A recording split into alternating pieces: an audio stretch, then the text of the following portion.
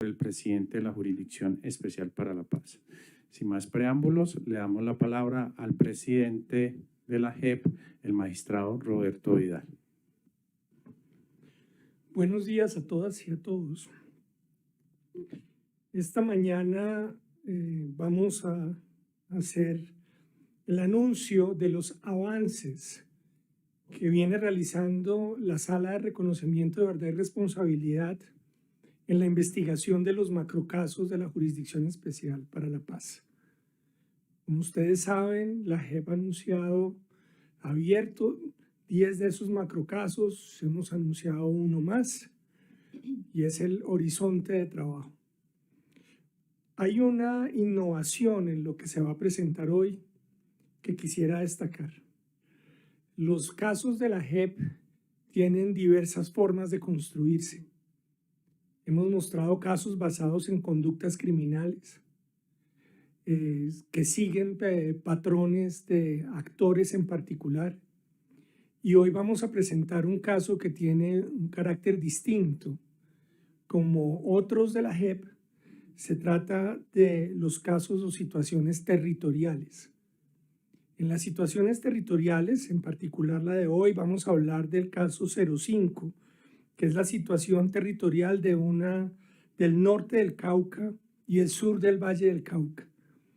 La JEP se ha fijado en ese territorio, uno de los territorios más ricos en términos culturales del país, con una inmensa presencia de grupos indígenas, de comunidades afro, de comunidades campesinas, pero también una de las zonas más ricas en términos de recursos naturales y de producción agrícola e incluso industrial, y de las más azotadas por la violencia. Y allí los colegas lo que han hecho es investigar la actividad de diversos actores armados, estatales y no estatales, y ese es el marco de la investigación de la que vamos a hablar hoy. En segundo término, quisiera también destacar que este trabajo de investigación se ha hecho con una herramienta muy propia de la jurisdicción, que es la movilidad de los magistrados. En este caso, se trata de dos correlatores, la magistrada Belkis Izquierdo de la Sala de Reconocimiento, junto al magistrado Raúl Sánchez, quien quisiera destacar que es magistrado de la sección con ausencia de reconocimiento de la JEP en movilidad a la sala.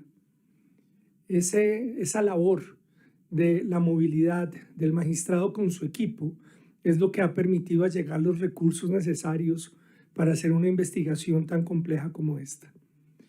Es un momento muy importante para la JEP en el que estamos presentando los resultados de 5 años de investigación y en los próximos meses seguiremos presentando esos avances en el desarrollo de la investigación de los macrocasos. Muchas gracias. Muchas gracias, presidente. Antes de darle la palabra a los magistrados, quisiera presentarlos.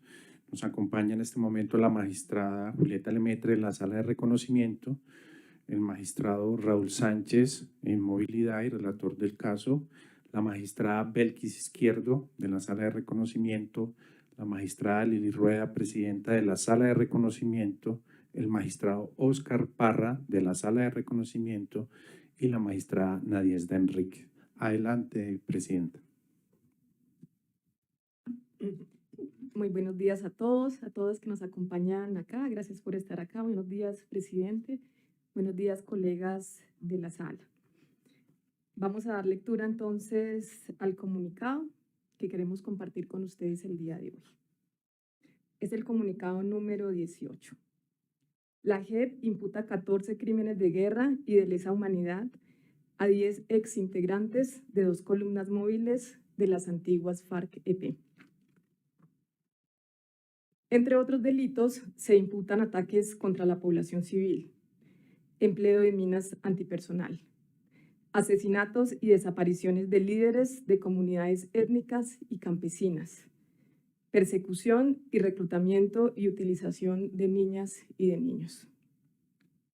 Se trata del primer auto de determinación de hechos y conductas que se emite dentro del caso 05, que investiga la situación territorial del norte del Cauca y del sur del Valle del Cauca. Los imputados, entre ellos una mujer, pertenecieron a las columnas móviles Jacobo Arenas y Gabriel Galvis, que hacían parte del antiguo bloque occidental de las antiguas FARC-EP. En el auto se atribuye a los miembros de la comandancia de estas estructuras crímenes de lesa humanidad de asesinato, de desaparición forzada, de traslado forzoso de población y otros actos inhumanos. También se les imputaron los crímenes de guerra de homicidio, atentado contra la vida y la integridad corporal, ejecuciones sin previo juicio, desplazamientos y destrucción del medio ambiente. Además, se les imputó a algunos comparecientes el asesinato de miembros de la fuerza pública desarmados después de haber concluido una operación en el Arenillo, en Palmira. Esta decisión fue adoptada por la Sala de Reconocimiento de Verdad y respecto de esta se presentaron 3 salvamentos parciales de voto. El contenido del comunicado va a ser leído por mis colegas, los magistrados Raúl Eduardo y la magistrada Belkis Izquierdo, así que le doy paso a ellos para que expliquen el contenido y lean el contenido del comunicado. Muchas gracias. Muy buenos días, gracias, Presidenta, buenos días.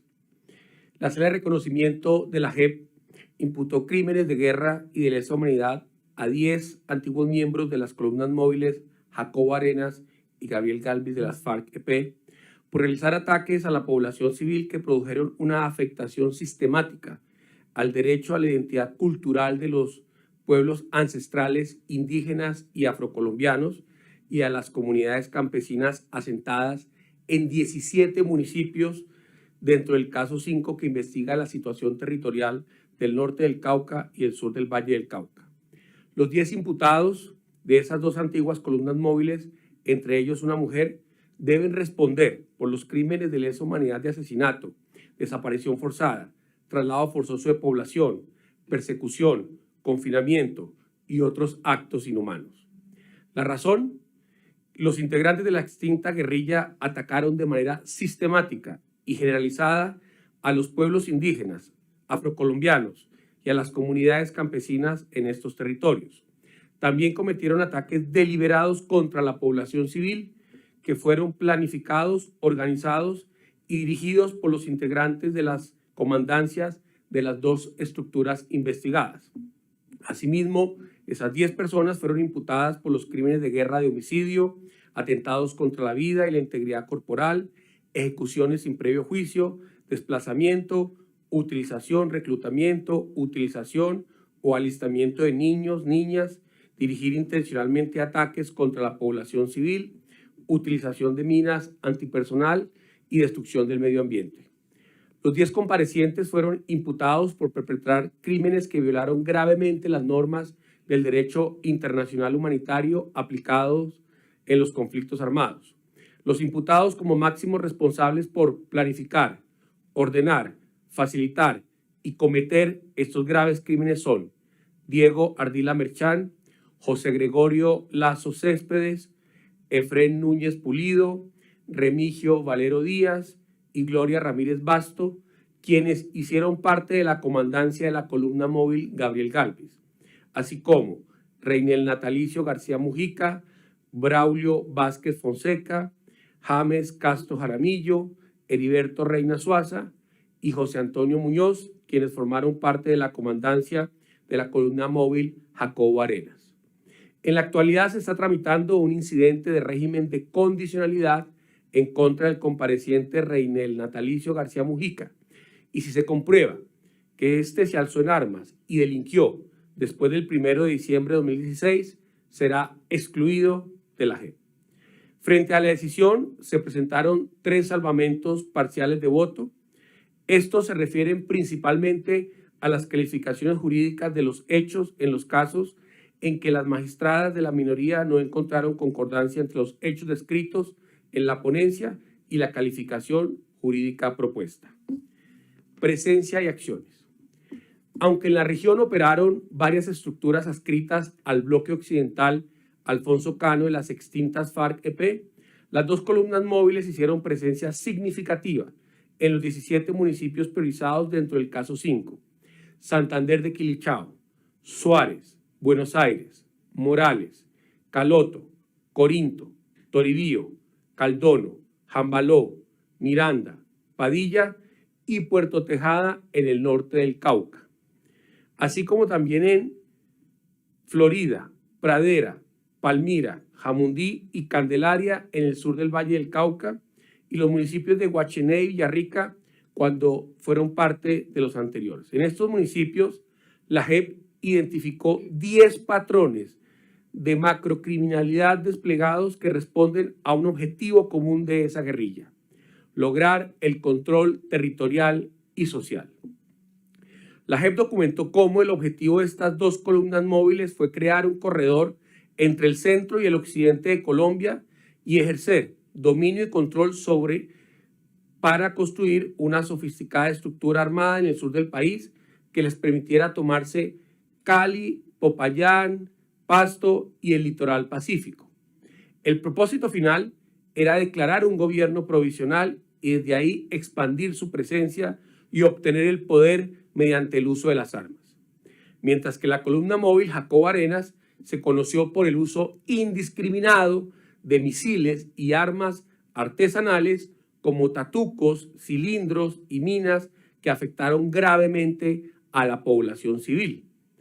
La columna móvil Gabriel Galvis se creó como parte del proceso de expansión y crecimiento del bloque móvil Arturo Ruiz para apoyar al entonces Comando Conjunto de Occidente en los municipios de Florida y Pradera del Valle del Cauca, en donde se cometieron graves crímenes contra la población civil. El elemento fundamental de los patrones de violencia desplegados por estas dos estructuras priorizadas buscaba obtener y consolidar el total control territorial de toda la zona. Bajo esta presión, los vínculos ancestrales de la población con sus lugares de origen se vieron gravemente afectados y empeoró la pobreza.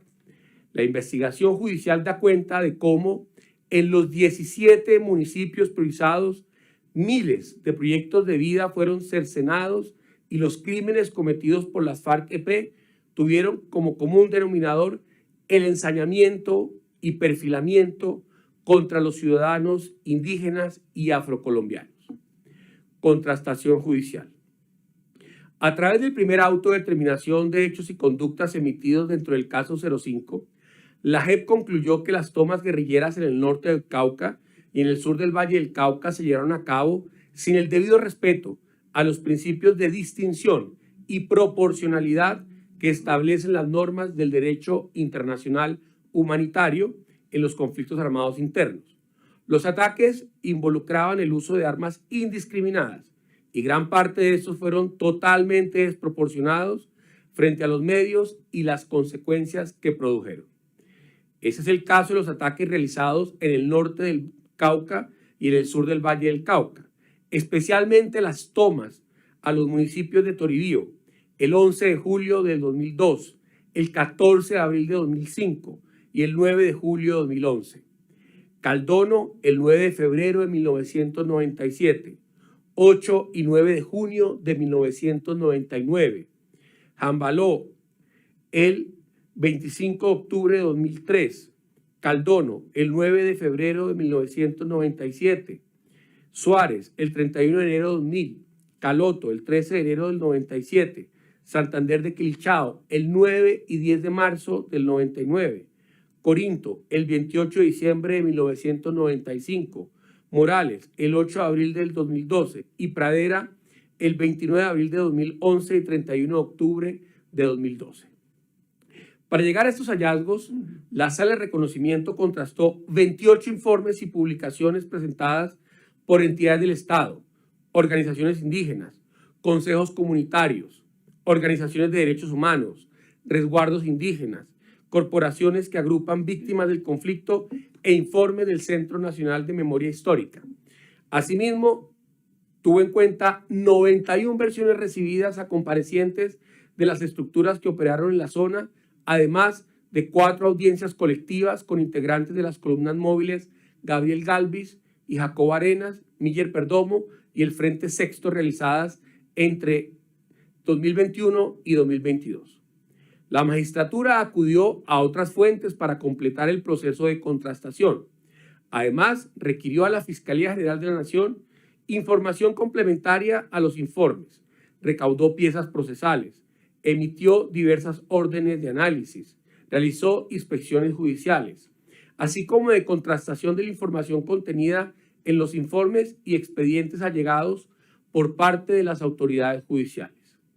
También se tuvieron en cuenta las observaciones presentadas por la Procuraduría General de la Nación y los representantes de los 138 sujetos colectivos acreditados que reúnen en el macrocaso 5 un total de 178.149 víctimas acreditadas. De manera gradual, a medida que se fueron realizando las diligencias y han participado las versiones de los comparecientes en los territorios, sus relatos sobre los hechos se convirtieron en una fuente central del proceso de contrastación judicial. A partir de esto, fue posible identificar los patrones de hechos, su modo de operar, el uso de violencia, la intimidación y conductas que dan cuenta de cómo se desconocieron las reglas del derecho internacional humanitario.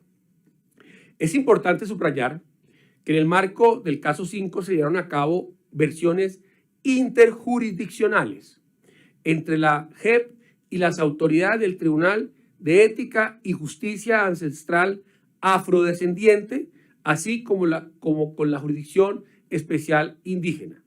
Esto se hizo para garantizar el derecho a la libre determinación, la autonomía y el autogobierno de los pueblos indígenas y las comunidades negras y afrocolombianas a conservar sus propias instituciones sociales, culturales, políticas, económicas y judiciales. Esas acciones constituyen un hito para la administración de justicia en Colombia, toda vez que algo similar nunca antes se había hecho. Patrones criminales identificados.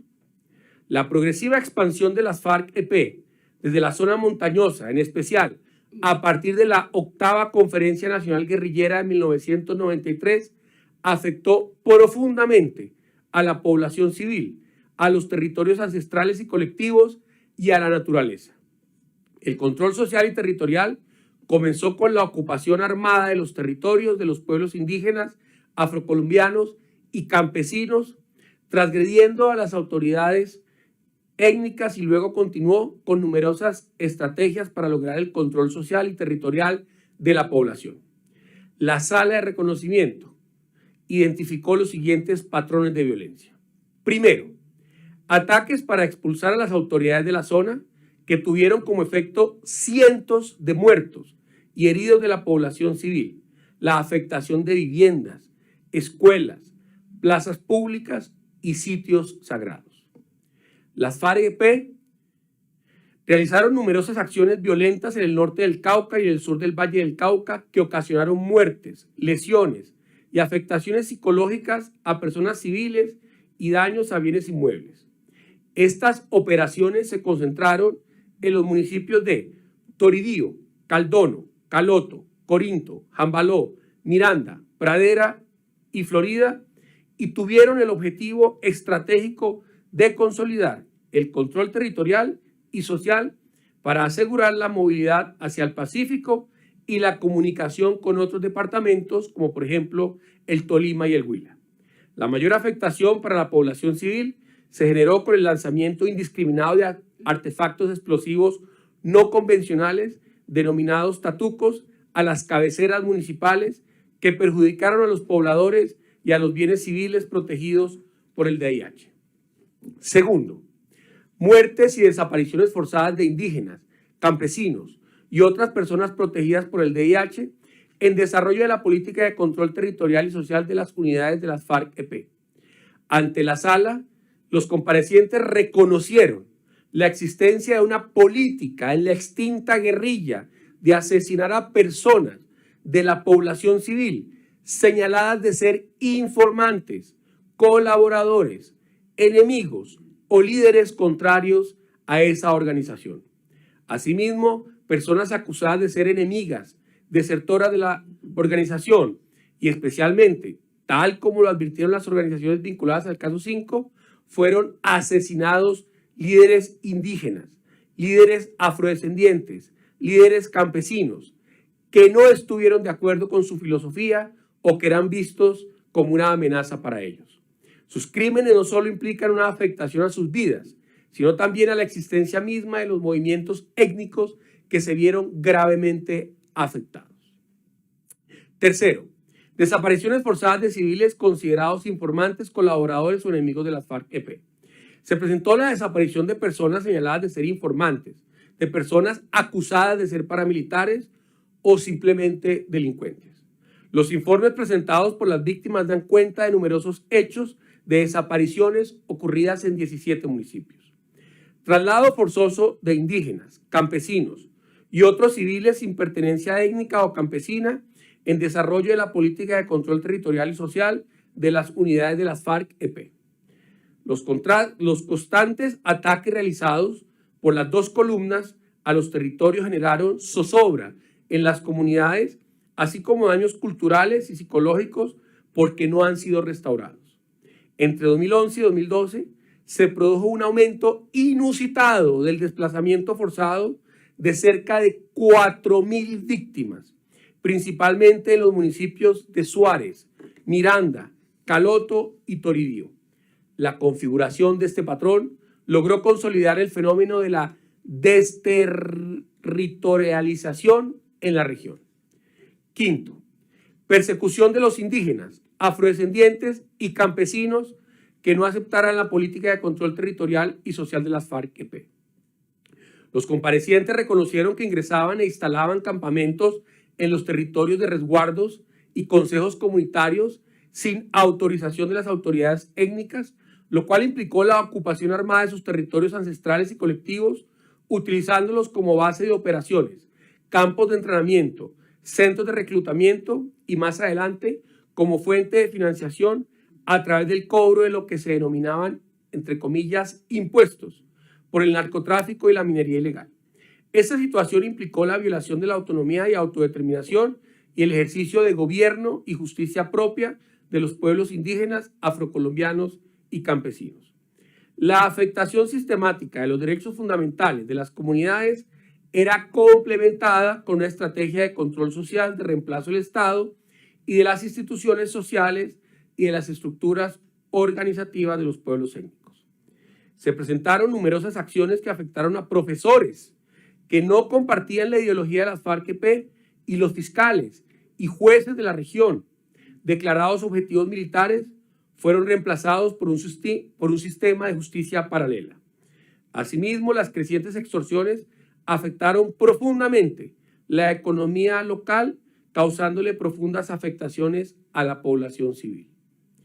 Sexto, utilización, reclutamiento o alistamiento de niñas y niños de las comunidades de la región. Las FARC-EP utilizaron el reclutamiento como una estrategia político-militar, para lo cual promovieron, ejecutaron o permitieron el reclutamiento y utilización de niñas y niños. Esta conducta se presentó muy especialmente desde finales de la década de los años 90 y luego tuvo un aumento significativo desde el año 2011. La mayoría de los ingresados eran indígenas o afrocolombianos, lo cual implicaba un proceso adicional de afectación de su cultura, pues quedaban expuestos a perder sus costumbres y de adquirir otras totalmente distintas. Por ejemplo, ante la sala, ante el despacho del caso 5, los comparecientes reconocieron el asesinato de una niña indígena nasa del resguardo San Juan Páez, quien ingresó a los 14 años y luego fue ejecutada por ser señalada como informante. Séptimo, utilización de minas antipersonal. Fue uno de los principales mecanismos para lograr el control territorial y social y el confinamiento de las comunidades, la pérdida de territorios ancestrales y colectivos y las afectaciones a las prácticas ancestrales fueron causadas por la presencia de campos minados y munición sin explotar. En el año 2003, por ejemplo, la columna móvil Gabriel Galvis minó la zona del páramo del sur del Valle del Cauca, que es un lugar sagrado para la comunidad. La parte alta de la finca Los Alpes, los alrededores del resguardo y partes de este. La mayoría de estos sitios hasta la fecha no se han podido visitar porque aún continúan minados. Esta columna reunió a la comunidad y les dijo a sus integrantes que si no querían compartir el territorio con ellos, que se fueran. Esta columna provocó confinamientos por la siembra de minas antipersona. Octavo, ejecuciones sin todas las garantías judiciales, generalmente reconocidas como indispensables, de miembros de las FARC-EP. Se realizaron consejos de guerra y ajusticiamientos en los que miembros de esa organización fueron fusilados por atribuírseles la realización de conductas en contra del reglamento. Las FARC-EP desconocieron las normas del protocolo 2 adicional a los convenios de Ginebra, pues asesinaron a menores de edad y personas que fueron ingresadas únicamente con el objeto de ser asesinadas sin ningún tipo de garantía judicial. Noveno, confinamiento de las comunidades indígenas, afrodescendientes, campesinas y otros civiles sin pertenencia étnica o campesina en desarrollo de la política de control territorial y social de las unidades de las FARC-EP. Existió confinamiento de las comunidades indígenas y afrodescendientes que habitan en el norte del Cauca y el sur del Valle del Cauca, cuya movilidad fue restringida temporal y territorialmente por los grupos armados. La sala de reconocimiento destaca la intimidación a la población civil a través de la imposición de horarios, la imposibilidad de acudir a determinados lugares esenciales para la comunidad, la restricción de transitar por lugares minados. Décimo, afectaciones al medio ambiente y a los territorios. Las columnas Jacobo Arenas y Gabriel Galvis afectaron de manera extendida y duradera el medio ambiente en el norte del Cauca y el sur del Valle del Cauca mediante la instalación de minas, la realización de ataques con explosivos y la invasión violenta de territorios indígenas y afrodescendientes, afectando especialmente los páramos que se ubican en esta región. Asimismo, realizaron cobros por la realización de actividades como la venta de coca y marihuana y la minería ilegal, obteniendo cuantiosos recursos derivados de actividades que afectaron profundamente los ecosistemas de la región. Considerando entonces la importancia de las violencias basadas en género ocurridas en el territorio priorizado, incluyendo la violencia sexual y las afectaciones a la población con orientación sexual, identidad y expresión de género diversas, y teniendo en cuenta la necesidad de hacer un análisis integral de estos hechos victimizantes en todas las estructuras de la FARC-EP, se ha decidido por parte del Macrocaso 5 abordar esta temática en un auto especial que se emitirá próximamente. Hallazgos documentados. Los hallazgos documentados por la sala de reconocimiento superan ampliamente el umbral de verdad hasta ahora conocido por la justicia ordinaria. Llama la atención que los comparecientes que estuvieron privados de la libertad por delitos menores, como la rebelión o el porte ilegal de armas, han reconocido en sus versiones ante la JEP crímenes muchísimos más graves, como por ejemplo su participación en tomas a municipios, reclutamientos de niños, de niñas, utilización de minas antipersonal y asesinatos, por los cuales jamás fueron investigados por la justicia ordinaria.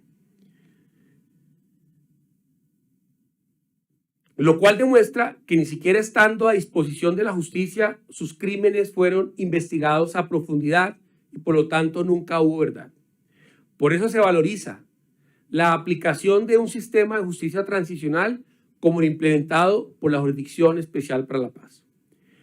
De acuerdo con el auto, estas falencias, abro comillas, implican un fracaso del sistema penitenciario y una burla a la justicia ordinaria que simplemente veía como muchos miembros de las FARC-EP entraban y salían de la cárcel sin ningún efecto preventivo especial. Cierro comillas.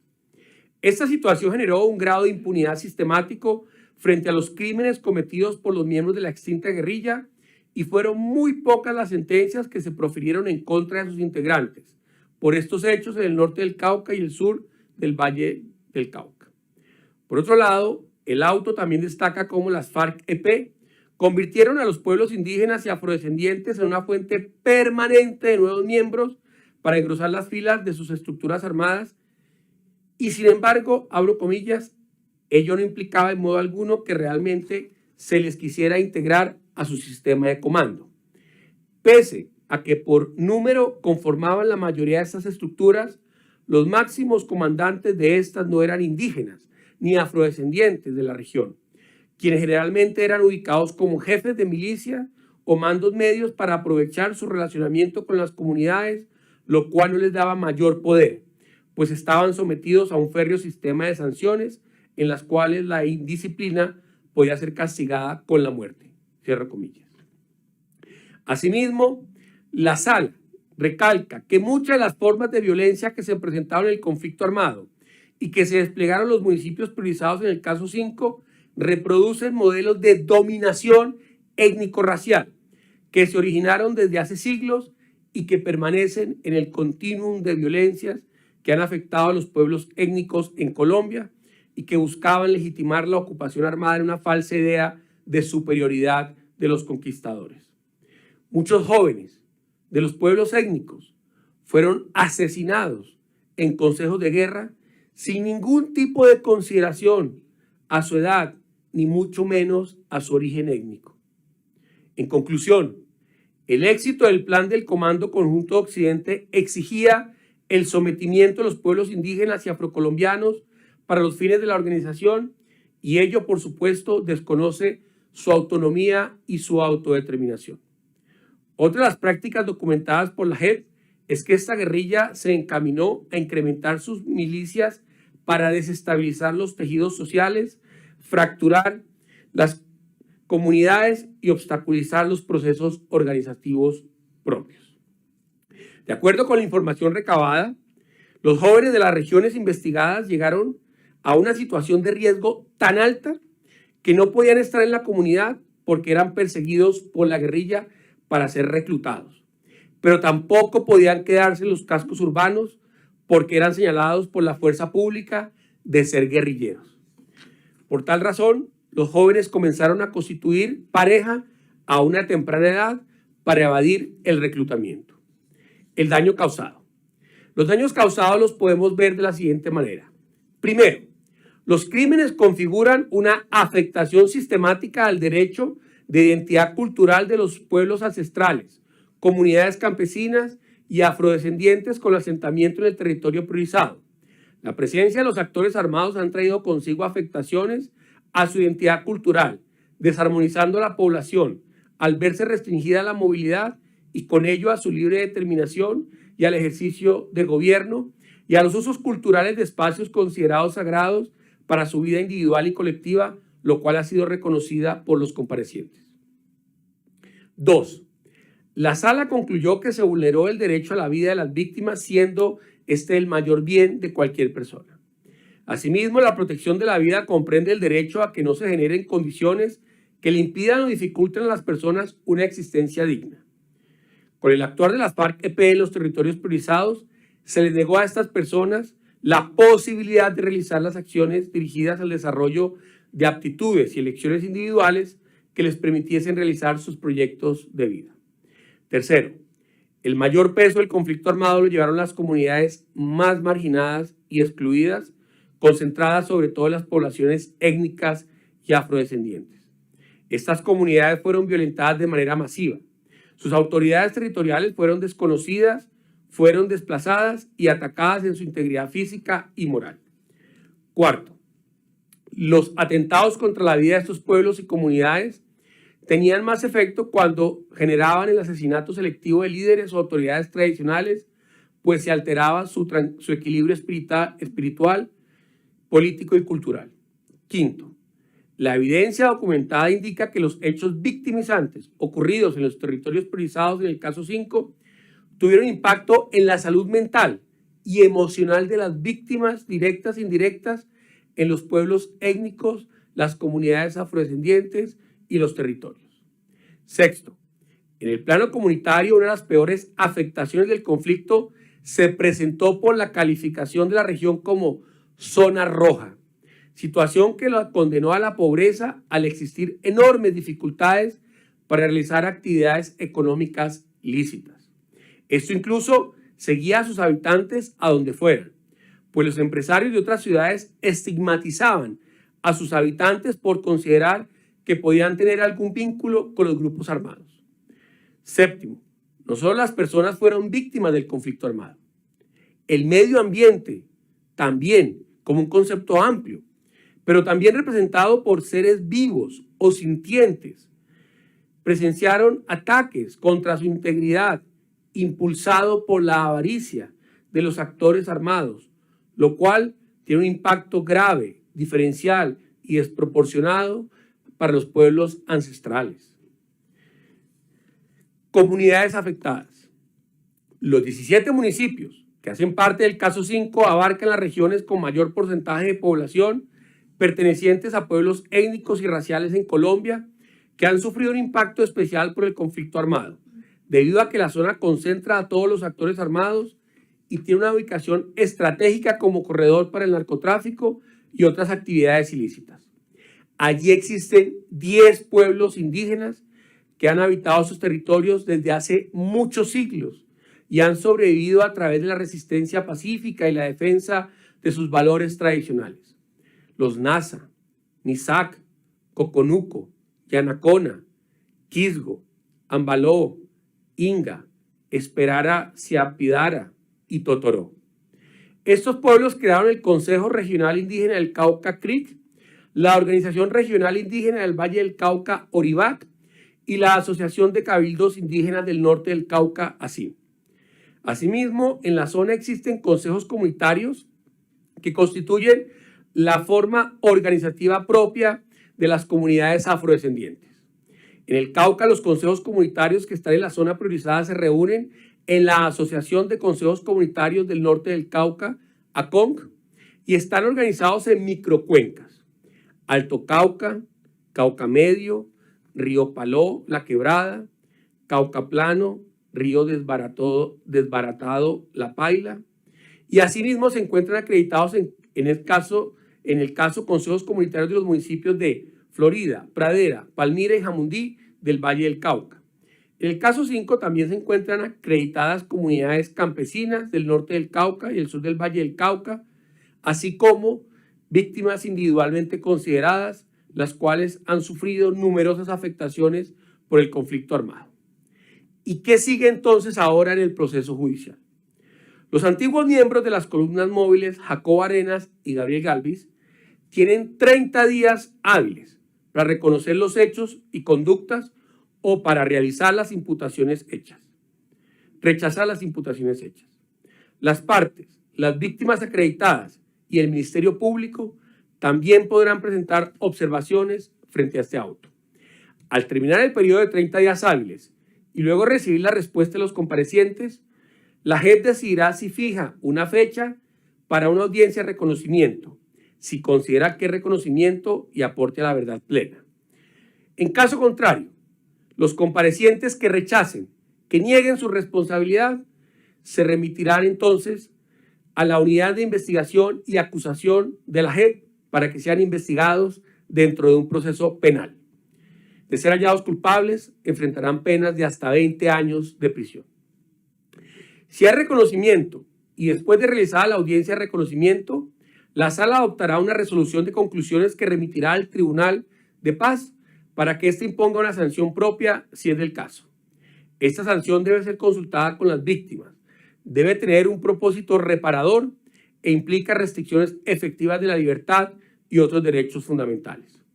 En lo que resta del año, la sala de reconocimiento emitirá otros autos de determinación de hechos y conductas sobre otros responsables de las estructuras de la FARC-EP que operaron en la zona y también frente a otros actores investigados dentro del caso 5. Muchas gracias. Muchas gracias, magistrado Raúl. En este momento damos paso a las preguntas de los periodistas y colegas que nos acompañan en esta declaración y rueda de prensa. Le damos paso si se encuentra Felipe Quintero de Noticias RCN y se prepara José Andrés González de Caracol Radio. Adelante, Felipe. Buenos días para todos los magistrados. Yo tengo dos preguntas. Inicialmente, ustedes hablan del gran caso y de los hechos victimizantes. ¿Eso son personas de medio mando? ¿Hay alguna responsabilidad directa con algunos miembros de las FARC de la parte de arriba? Estamos hablando del secretariado porque ellos tienen una cadena de mando. Lo segundo, ¿cuándo se van a dar estas versiones de ellos cuando le expliquen a las víctimas pues todo este tipo de hechos tras esta imputación? Muchas gracias. Gracias, Felipe, por las dos preguntas. El macrocaso 5 tiene una metodología de trabajo en la cual hemos venido avanzando por fases y por etapas. Como bien se ha señalado el día de hoy, ya tenemos las primeras imputaciones frente a dos estructuras de las FARC. Lo que se viene hacia el futuro es imputaciones frente a máximos responsables, pero también, como lo dijimos al final, imputaciones frente a otros actores del conflicto armado, como son miembros de la fuerza pública. Asimismo, también emitiremos un auto especial y exclusivo frente a delitos de violencia sexual. Entonces, en ese orden de ideas, en efecto, vamos abarcando las diferentes estructuras. Y la segunda pregunta, en efecto, nosotros estamos ya trabajando de manera muy articulada, priorizada, con las víctimas y con los comparecientes. Esto implica que el desarrollo del proceso, lo que se viene ahora es, primero, un plazo para que los comparecientes reconozcan su responsabilidad o por el contrario la rechacen, y dependiendo de esa decisión, si se reconoce, pues se sigue avanzando con ellos y con las víctimas hasta llegar a una resolución de conclusiones, y en segundo lugar, si se rechaza, pues se remitirá a la unidad de investigación y acusación de la JEP, que es, como ustedes bien lo saben, la Fiscalía de la JEP, y esto implicará un proceso penal con todas las garantías procesales, en donde la persona puede ser encontrada o inocente o culpable, y si es culpable se enfrentarán a penas de prisión de hasta 20 años de cárcel. Muchas gracias, magistrado. Creo que Andrés González salió. No está acá. Entonces, pase José Andrés González de Caracol Radio adelante, y se prepara Mateo Piñeros de Blue Radio. Magistrados, buenos días para todos ustedes y también para todos los asistentes. ¿Qué consecuencia tendrá para todos estos comparecientes que la imputación sea por lesa humanidad? Gracias, Andrés. Lo que se observó en el desarrollo de la investigación judicial es que se cometieron unos delitos absolutamente graves tanto en el ámbito doméstico como a nivel internacional. Y eso implica entonces que se hayan imputado no solamente crímenes de guerra, esto es, afectaciones al derecho internacional humanitario, sino también, como usted muy bien lo menciona, crímenes de lesa humanidad. ¿Qué significa una imputación de crímenes de lesa humanidad? Primero que todo, no puede haber ningún tipo de perdón, de amnistía frente a esta clase de delitos. Segundo, no hay ningún tipo ni de acción judicial ni ningún tipo de pena que prescriba, es decir, que sí o sí tienen que enfrentar las consecuencias de estas conductas. Tercero, que la comunidad internacional obliga a los estados a que se investiguen a profundidad estos delitos. Entonces, esas son las principales consecuencias frente a esta clase de imputaciones. Adelante, Mateo, y se prepara también Mauricio Collazo de RCN. Buenos días para todos, magistrado Raúl. Una pregunta, ¿qué pasa con el caso de Pablo Catatumbo, que él ya rindió versión en el caso 05? Es una persona del secretariado que tenía mando sobre estructuras en esta zona del país. Él va a ser imputado en un próximo auto. ¿Cómo va el caso del que, digamos, es la persona del secretariado que tiene directamente relación con hechos ocurridos en estos departamentos? Y al presidente se desató un poco una polémica por la libertad de Nilce López de la Gata. La otorga la justicia ordinaria, pero el proceso continúa en la JEP. Su trámite de sometimiento. En septiembre se anunció la audiencia única de verdad de ella, pero hasta el momento ya se fijó fecha. ¿Qué ha pasado con este caso en la jurisdicción? Gracias. Hola, Mateo. Gusto en saludarlo. Pues mire, frente a la primera pregunta que plantea la estructura de investigación que se está llevando a cabo en el macrocaso 5, es una estructura piramidal. ¿Qué significa eso? Que arrancamos de abajo hacia arriba justamente la investigación. Y esto tiene una serie de ventajas. Ventajas porque empezamos a recaudar información de la base que es sumamente importante para llegar a esos máximos responsables. Y como le decía frente a la primera pregunta de Felipe, lo que hemos venido haciendo es una investigación por fases. Entonces, lo que sigue más adelante es justamente mirar esas estructuras y mirar los máximos responsables. Presidente. Mire, respecto del caso de Nilce López Romero, que lo está conociendo la Sala de Definición de Situaciones Jurídicas, en este momento se adelanta el trámite que conduce a la posible convocatoria para una versión única de aporte a la verdad, en la que se están revisando todos los procesos que absorbe la JEP. Y como usted bien lo dice, la decisión de otorgarle la libertad tiene más que ver es con las condiciones que encontró el juez de la justicia ordinaria competente sobre el tema en términos de salud y el tiempo que ella había permanecido en prisión. Sí, magistrado, pero ¿esas audiencias ya se fijaron fechas o cuál ha sido de pronto el inconveniente para poder realizarlas? ¿O en qué va el caso aquí en la JEP, más allá de la libertad? Está próximo a fijarse la fecha para esa audiencia y ha sido objeto de examen de los casos que fueron absorbidos los expedientes en la sala de definición, reitero. Gracias. Mauricio, adelante, y se prepara Ana Cristina Restrepo, que está conectada por Teams, y seguimos con los periodistas que están acá. Adelante, Mauricio. Magistrados, buenos días. Sí, en principio me parece importante destacar, creo que es así, que es la primera vez que se le imputa cargos por reclutamiento forzado de menores, digamos, a exmiembros de la FARC, pero también me llama la atención cómo en este caso es a mandos medios y en muchos otros procesos, y no sé si en este mismo, pues otros de los máximos cabecillas también han sido procesados por este delito y aún, como hace lo que entendemos, hay una imputación de cargos. ¿Qué es lo que falta para llegar a los máximos cabecillas, por ejemplo, en el caso de reclutamiento de menores? Para el presidente sí quisiera ahondar en la pregunta que hacía Mateo en el sentido de darle la gata, porque esas demoras y dilaciones son producto de pronto de estrategias de la defensa, argumentando, no sé, algunos problemas de enfermedad, o es simplemente la tramitología que se presenta en este tipo de casos, en el caso de la JEP, porque se le atribuye esa responsabilidad básicamente directamente a la JEP. Y finalmente, magistrado, se produjo en las últimas horas un atentado contra el director de la ONP. Y se lo pregunto de saber cuál es la, digamos, qué revisión, cómo reciben esta situación, porque él es el encargado de precisamente prestarle protección a muchos comparecientes. ¿Hay preocupación, digamos, también en la JEP en esa materia? Mauricio, muchas gracias. Miren, yo creo que la pregunta que usted ha hecho es sumamente clave y es bueno poner el contexto para entenderlo. Y con eso yo también le haré la palabra a la magistrada Lili, que es la presidenta de la sala y relatora del caso sobre reclutamiento. Cuando hablamos de casos territoriales, lo que estamos diciendo es que nos estamos concentrando en unas regiones específicas. Y eso implica que tengamos una serie de enfoques diferenciados. ¿Qué significa esos enfoques diferenciados? Que nos preocupemos especialmente por las mujeres, por los indígenas, por las comunidades afrodescendientes, en fin, por ciertas personas que se encuentran dentro de ese territorio. Y eso, digamos, es una gran ventaja frente a los casos territoriales. Ahora bien, como nosotros nos concentramos en los casos territoriales, tenemos que indagar justamente qué fue lo que pasó allí.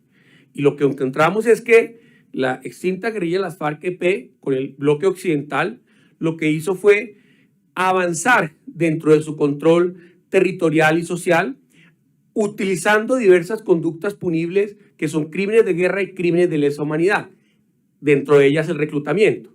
Entonces lo que nosotros estamos diciendo es, mire, el reclutamiento se hizo de esta manera en estos territorios. Entonces, ¿cuál fue la manera? Justamente reclutar personas que hacían parte de pueblos indígenas, personas que hacían parte de comunidades afrodescendientes, con una serie de aristas bastante graves. Uno, en que esto hacía parte de la dominación sistemática que se venía realizando. Segundo, hacía parte del control territorial.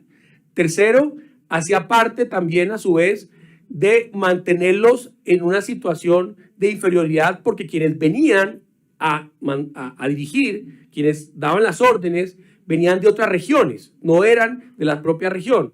Y finalmente, con el agravante que muchos de estos niños, de estas niñas, fueron asesinados, ejecutados, supuestamente por ser colaboradores del ejército o traidores a la causa.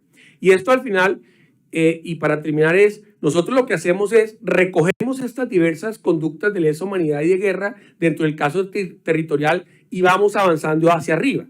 Ya la JEP, como ustedes saben, tiene un macrocaso específico frente al reclutamiento ilícito. Lo que a nosotros nos compete es centrarnos justamente en el territorio o en las regiones.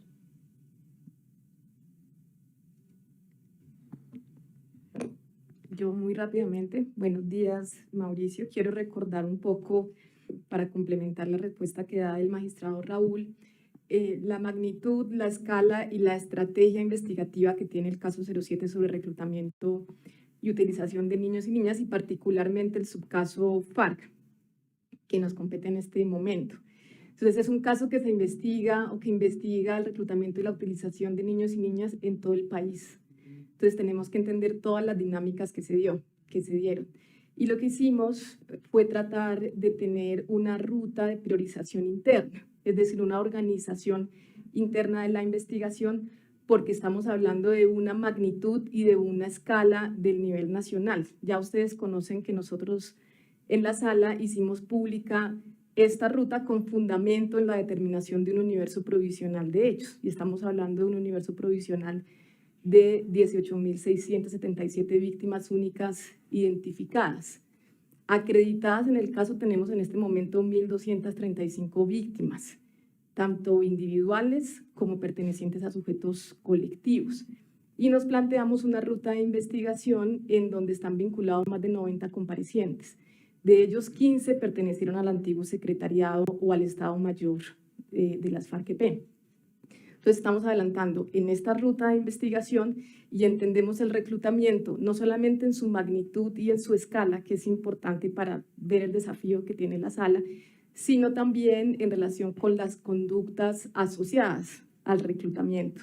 Y la sala también ha hecho público cómo entiende el reclutamiento no solamente como ese momento de la incorporación, sino también ha identificado otras violencias prevalentes asociadas al reclutamiento, que ustedes también conocen y que la sala ha hecho públicos. Entonces es una investigación compleja que avanza para identificar la escala y que avanza por fases. Y esas fases tienen que ver con cómo se dio el reclutamiento en los diferentes territorios. Y lo que hicimos fue entender en dónde encontramos más reclutamientos que tenemos preliminarmente documentados y relacionados con qué antigua estructura de las FARC. Y encontramos que empezamos por el bloque oriental, seguimos con el bloque sur, el bloque noroccidental, el bloque occidental, el bloque norte y el bloque caribe. Es el orden que ha tenido la sala para poder adelantar esta investigación. Y por supuesto la sala, tanto en las investigaciones territoriales como en las que tienen este carácter nacional, debe identificar las políticas y las prácticas, en este caso del nivel nacional, y quiénes son los responsables de esas políticas y de las prácticas,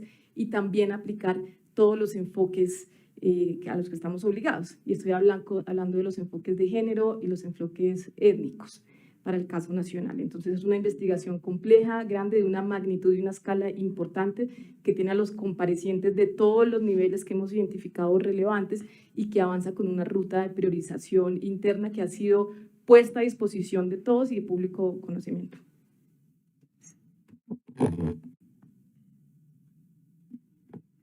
Muy bien, respecto a las preguntas que me dirigen, primero, el lamentable atentado del que ha sido objeto el doctor Augusto Ramírez, director de la Unidad Nacional de Protección, sin duda para la jurisdicción es un motivo de profunda preocupación.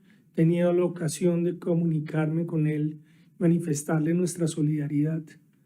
Claro, los efectos de un atentado al director de la unidad, de la entidad que tiene a su cargo, la protección de todas las personas en riesgo, de comparecientes nuestros, pero incluso de los mismos magistrados de la jurisdicción, es un motivo de gran preocupación y nosotros esperamos que se avance muy rápidamente en las investigaciones y se fortalezca la institucionalidad de protección del país. Ahora, respecto a la pregunta nuevamente sobre la señora Enilce López Romero, un poco más de contexto a lo que había dicho. La señora López le solicitó a la Jurisdicción Especial para la Paz someterse. La primera decisión de la sala de definición fue negar la aceptación de ese sometimiento a la JEP, a lo cual ella hizo una apelación. La sección de apelación, como dije hace un momento, le concedió una última oportunidad para hacer un aporte a la verdad sustancial a través de una única audiencia, que es la que está pendiente. Respecto de la convocatoria de esa audiencia, se solicitó un examen de la situación de salud de la señora López Romero. Ese trámite está pendiente porque ha sido objeto de oposición por parte de sus abogados y de su familia. Entonces el proceso está en camino y la recepción de los casos que la señora López Romero tiene en la justicia ordinaria en este momento está en la jurisdicción. Gracias. Muchas gracias, presidente. Magistrados, adelante Ana Cristina Restrepo vía Teams. Agradecemos prender su cámara y su micrófono y dirigir su pregunta. Le quisiera preguntar por un caso específico entre los 10 imputados que mencionaron, y es el caso de la persona Remigio García Mujica. Usted lo mencionó dentro del régimen de condicionalidad. ¿Qué ha pasado? ¿Qué pasó con este señor después de diciembre de 2016 y por qué puede estar en riesgo la permanencia de este señor en la jurisdicción? ¿Cuál es este caso específico? Gracias, Ana Cristina. Sí, en efecto, nosotros adelantamos la investigación justamente con aquellos comparecientes que han decidido justamente hacer parte de la jurisdicción. Dicho esto, el señor Remigio pues ha manifestado desde un inicio su intención de colaborar con el proceso de paz. Sin embargo, y a pesar, digamos, de las versiones voluntarias que ha venido dando, a pesar de las diligencias judiciales en las cuales ha venido participando, etcétera, pues en paralelo se establece un régimen de condicionalidad, esto es, se analiza la posibilidad de saber si el señor ha violado o no los compromisos adquiridos al momento de su reincorporación. Y eso es lo que está en trámite. Entonces, como nosotros realmente no tenemos todavía a ciencia cierta una definición de su actual estado, lo que hemos hecho es incorporarlo dentro de las personas a ser imputadas o imputadas y con base en esto esperar entonces el trámite normal del régimen de condicionalidad, que implica a su vez un trámite con todas las garantías judiciales y procesales. Entonces, pueden pasar dos escenarios frente a este señor. Uno, que realmente el señor, pues en el régimen de condicionalidad, en el trámite, pues no tenga ningún tipo, digamos, de dudas y por lo tanto siga siendo un compareciente forzoso de la JEP. O dos, donde se tome finalmente la decisión de expulsarlo. Mientras esto no suceda, pues evidentemente el señor es imputado dentro del marco del caso 5. Muchas gracias, magistrado. En este momento dirige su pregunta a Ana María Cuesta de CMI y se prepara Felipe Morales del Espectador. Adelante, Ana María. Buenas, ¿cómo están, magistrados? Del universo de víctimas ya se sabe cuántos fueron menores de 14 años los reclutados en este caso territorial. Y otra pregunta sería, ustedes también hacen una crítica a la justicia ordinaria, dijeron que había impunidad. Esa impunidad, porque dijeron que salían la FARC de la cárcel perfectamente, tranquilamente, ¿eso es por flojera de los jueces o eso es por conflicto de jurisdicción con la justicia indígena? Esa impunidad de la que hablaron ahorita. Sí, lo que sucede y nos hemos dado cuenta dentro del macrocaso 5, Ana María, es que en la justicia ordinaria estas personas eran capturadas por el delito de rebelión, es decir, por el simple hecho de pertenecer a la guerrilla de las FARC. Y esto implicaba entonces que entraran a una cárcel por un delito menor, pero cuando llegan aquí, el mismo señor procesado, condenado, pues nos dice, mire, yo sí hice parte de las FARC, por el delito de rebelión, obviamente, pero tengo muchas cosas más que contar. Entonces es donde uno empieza a hacer la crítica frente a los sistemas de justicia. La justicia ordinaria, que debería funcionar, y la justicia transicional, en donde realmente se conocen mayores aportes de verdad y donde hay mayor justicia. Y lo curioso, y por eso la crítica es, cuando se habló al inicio de la JEP, se hablaba de impunidad, pero es que en la justicia ordinaria la impunidad es del 98%. Y aquí queda claramente establecido que mientras los procesaban por un delito, aquí han venido a contar absolutamente todo. Entonces se pregunta uno, ¿dónde realmente es la impunidad? Eso en primer lugar, ¿no? Y en segundo lugar, frente a los reclutados menores de 14 años, nosotros tenemos un universo dentro de los diferentes informes de 50 personas reclutadas. Ese es el número que tenemos. Y lo que tenemos frente a estas personas reclutadas es lo que ya dijimos en el caso de Mauricio, donde explicamos un poco cómo fueron esas dinámicas, ¿no? Y esas dinámicas es que eran personas afrodescendientes, que hacían parte de pueblos indígenas. De estas dos estructuras, como decíamos, eran 50. Desafortunadamente eran ajusticiados en consejos de guerra. En fin, digamos que todo esto ocurrió al interior justamente de esos reclutamientos. Muchas gracias, magistrado. Se prepara Felipe Morales del Espectador y continúa Luisa Díaz de RTVC. Buenos días, magistrados. Mi pregunta va relacionada con por qué los hechos de violencia sexual y de género no fueron imputados en este auto de determinación de hechos y conductas. Usted dice que inicialmente quieren ampliarlo y no concentrarse únicamente en dos estructuras de las FARC, pero lo que yo tengo entendido es que usted le había dicho a las organizaciones pues que representan a víctimas de estos crímenes que esos hechos no iban a ser imputados porque no eran representativos. Entonces, pues quisiera como un poco de claridad frente al tema. No, primero voy a aclarar que jamás de mi boca ha salido algo así. Por el contrario, estamos absolutamente comprometidos con todas las víctimas, ni más faltaba. Segundo, lo que hemos venido haciendo, como les decía, esto es por fases, ¿no? Entonces, una primera fase son estas estructuras que son 2, pero son muchas más estructuras, ¿no? Nos faltan, por ejemplo, 4 estructuras, nos faltan máximos comandantes, en fin. Lo interesante aquí es, y lo que ha querido hacer el despacho, es que por primera vez tengamos un auto exclusivamente sobre violencia sexual. ¿Y esto por qué ha sido justamente aparte?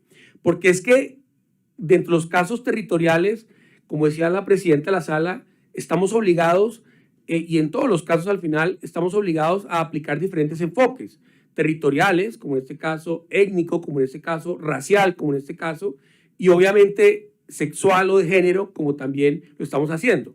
Entonces, al final, lo que nos hemos dado cuenta es, primero, que hemos venido acudiendo a trabajar de la mano con diferentes víctimas y organizaciones de víctimas. Entonces, esto implica que no solamente sean mujeres, no, también hay hombres, hay comunidad LGBTI, hay indígenas, hay afectaciones raciales en materia de violencia sexual. Entonces eso es tan grande que al final dijimos es mejor darle una mayor visibilidad a este asunto que ha sido tan complejo y tan grave en los territorios y trabajar de la mano con el nuevo caso territorial sobre violencia sexual que se ha abierto. Y de hecho está a disposición de todos, lo pueden buscar en YouTube. Tenemos que el caso 5 ha realizado la primera audiencia sobre violencia sexual, que usted muy amablemente también la cubrió, y en ese orden de ideas es lo que hemos venido trabajando, para no ir muy lejos. hace un mes o menos, hace 3 semanas, para ser exactos, la Corporación Rosa Blanca se acreditó en el macrocaso. Es decir, hasta ahora estamos también recibiendo a diversas organizaciones, justamente porque lo que decimos, esto es intrafilas, esto es contra las mujeres, contra corporaciones, contra colectivos, etcétera, etcétera. Entonces, esa es la razón y por eso estamos dando una mayor fortaleza. Queremos contar de primerísima mano lo que sufrieron las víctimas en materia de violencia sexual en los territorios. Gracias. Gracias, magistrado. Lisa Díaz de RTV6, se prepara la silla vacía. Buenos días para todos. En medio de estos avances en las investigaciones, ¿quiénes son los altos mandos que estarían detrás de estas órdenes para que esas estructuras o estos 10 integrantes que ustedes hoy les imputan estos delitos cometieran precisamente estos hechos? Pues Luisa, mire, yo no me quiero adelantar con dar nombres. ¿Por qué? Porque lo que hemos venido haciendo nosotros es trabajar por etapas y por estructuras. Pero lo que sí le puedo decir es que las personas que tuvieron la mayor responsabilidad en esas estructuras, en el Comando Conjunto Occidente, en el bloque occidental, ya han sido indagadas, ya han sido llamadas a versión voluntaria, ya las han rendido, ya han estado en un cara a cara con las víctimas. Y ese es el paso a seguir. Y no doy nombres, no porque no crea que son importantes, ni mucho menos, sino simplemente para ir paso a paso y no irnos adelantando, ni mucho menos ir diciéndole a esta persona, usted va a ser llamado desde ya, porque además eso creo que es una de las garantías procesales. Primero recabar la información, mirar y no desde ya anticiparnos a dar unos nombres. Muchas gracias, magistrado. Santiago, adelante. Sí, buenos días. 2 preguntas rápidas. Quería insistir sobre el compareciente García Mujica. Digamos, el régimen de condicionalidad tiene pues muchos elementos, pero en el comunicado se habla específicamente de que están verificando si se vuelve a alzar en armas. Hay indicios, denuncias de que esto ha sido así. Y lo segundo sería, los autos anteriores de imputación han tenido también una temporalidad. Entiendo que aquí hay un tema pues como del territorio, pero quisiera saber si hay algún marco de temporalidad de los crímenes. Sí, en efecto, estamos abordando las violencias y las criminalidades ocurridas entre el 1 de enero de 1993 y el 1 de diciembre del 2016. ¿Por qué partimos del 1 de enero del 93? Porque en la investigación que se llevó a cabo, básicamente lo que encontramos es que debido a la 8ª conferencia es que se recrudece la violencia y se amplían las estructuras en la zona occidental del país. Entonces, si uno analiza los datos, las estadísticas, etcétera, pues digamos que había una guerra, si se puede llamar así, de baja intensidad en el occidente colombiano antes del 93, pero después del 93 explotan, insisto, esas estructuras, se crean mayores columnas, en fin, y esto implica un recrudecimiento de violencia y todo lo que eso implica y es lo que estamos viendo hoy, ¿no? Por eso es lo primero. Y lo segundo, frente al señor natalicio, en efecto, se ha recibido información en donde, al parecer, pues esta persona no ha venido cumpliendo con el acuerdo de paz. Y eso incluye la participación en actividades ilegales, que es lo que usted plantea. Y Ana Cristina también preguntaba. Y entonces, al final, pues eso es lo que hay que justamente investigar, el régimen de condicionalidad, que como ustedes saben, es justamente una oportunidad dentro del debido proceso para garantizar si esas informaciones son ciertas o no. Muchas gracias, magistrado. Y finalmente, Miguel Tejero de W Radio.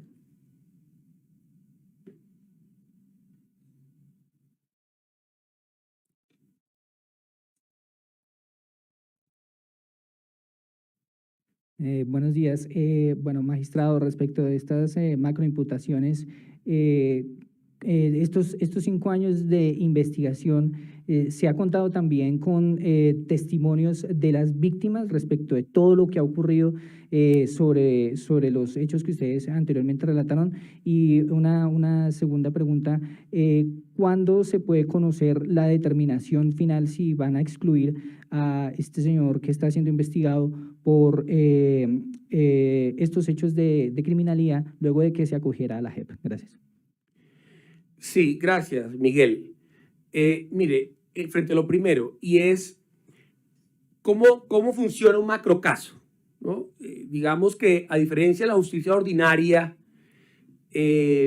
no se recibe una denuncia por un caso a caso, sino se reciben informes de las víctimas. Y los informes de las víctimas son justamente esas narrativas de dolor, de tristeza y de afectaciones que han venido sufriendo. Entonces, eso lo recibe la sala de reconocimiento, en primer lugar, y en segundo lugar, lo que nos encargamos nosotros desde la sala es contrastar esa información. Entonces, se contrasta, como usted bien ha dicho, 1, pidiéndole mayor información a las víctimas; 2, con los comparecientes; 3, la sala de reconocimiento, mediante el auto C080, estableció que en las versiones voluntarias debían estar presentes siempre las víctimas. Y esto ha sido una ganancia fundamentalísima dentro de los macrocasos, porque por primera vez el victimario y su víctima se sientan frente a frente para narrar todo lo ocurrido desde las dos perspectivas, desde quien cometió la conducta y desde quien sufrió las consecuencias de la conducta. Pero adicional a eso, y como les decía en la respuesta de Felipe, cuando nosotros hicimos, por ejemplo, esa audiencia sobre violencia sexual, en paralelo nosotros estábamos trabajando con la UIA, recabando y recibiendo mayores declaraciones y testimonios por parte de las víctimas de violencia sexual.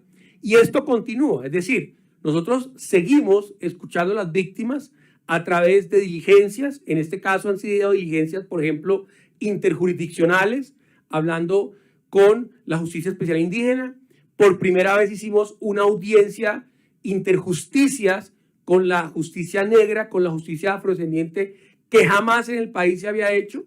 Y esto implica entonces lo que usted está señalando, y es recabar información, acudir a las víctimas, siempre de primera mano. Y frente al segundo aspecto, ¿de cuándo? ¿Cuál es el plazo? Pues mire, un proceso, cualquiera que sea, proceso judicial, en este caso de régimen de condicionalidad, busca tener unos plazos que garanticen el debido proceso para todos. Y pues dar una fecha exacta frente a cuándo se va a tomar una decisión, pues realmente es algo complejo. Y no solamente porque la sacáramos mañana mismo, sino porque eso también tiene un recurso de apelación, y eso implicará una segunda instancia e implicará pues que también se lleve un tiempo dentro de esos términos procesales. Entonces, al final, pues lo que sí se está haciendo por parte de la jurisdicción es analizar la conducta de ese señor que, digamos, ha comparecido, ha contribuido con la verdad, pero también hay información, como decíamos, de posibles actividades ilegales, y con base en esto, pues finalmente hay que actuar. Por eso lo hemos dicho, lo metemos acá hasta tanto no haya una decisión de fondo frente a su posible participación en incumplimientos del acuerdo de paz.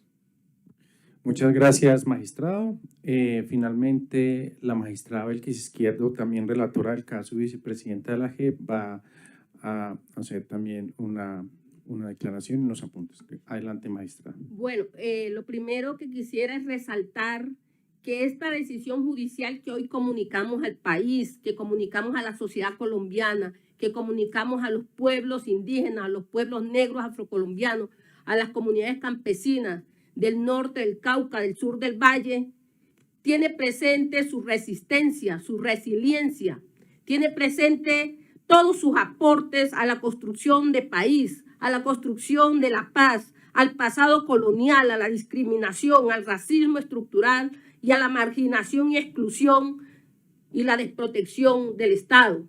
Eso es muy importante, cómo se construyen estas decisiones judiciales, cómo se coloca en la centralidad de las víctimas, cómo se interlocuta con las autoridades indígenas, con las autoridades del pueblo negro afrocolombiano, con los líderes y lideresas de las comunidades campesinas. Es importante cómo en el procedimiento, en el proceso judicial de estos casos territoriales, el caso 05 hoy apertura un nuevo camino, donde se están investigando múltiples crímenes, donde es necesario visibilizar la resistencia y las cosmovisiones y las formas de vida de estos pueblos, de estas víctimas. Por ello, este auto, y lo quiero resaltar, esta decisión tan importante, avanza en un camino de investigar los crímenes ambientales, teniendo en cuenta la importancia fundamental que tiene para los pueblos étnicos, principalmente la naturaleza, el territorio,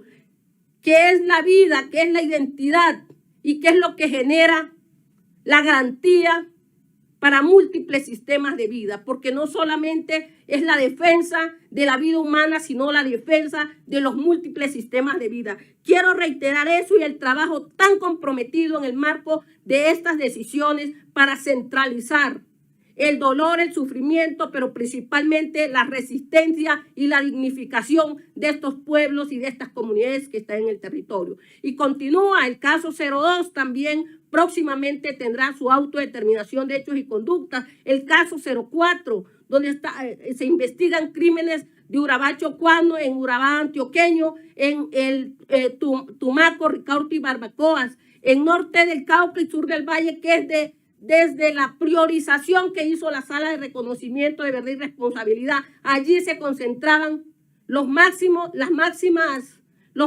crímenes, la máxima victimización en este territorio. Es muy importante tenerlo presente porque es otra forma de restaurar. Por eso acá hablamos de la justicia restaurativa, una justicia que tiene que dignificar a las víctimas. A eso estamos comprometidos y yo quiero felicitar públicamente al magistrado Raúl Sánchez, quien en movilidad ha venido acompañando este gran proceso en la Sala de Reconocimiento de Verdad y Responsabilidad. Muchas gracias.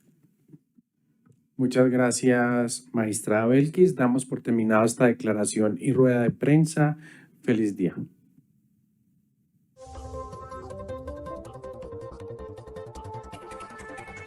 Somos Focus Noticias, canal especializado en la transmisión en directo de audiencias judiciales y foros jurídicos.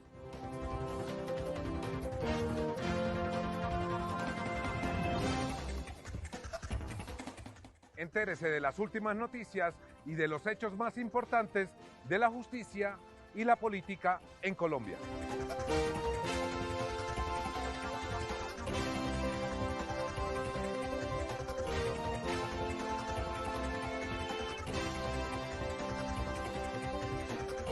Focus Noticias, el canal de las audiencias.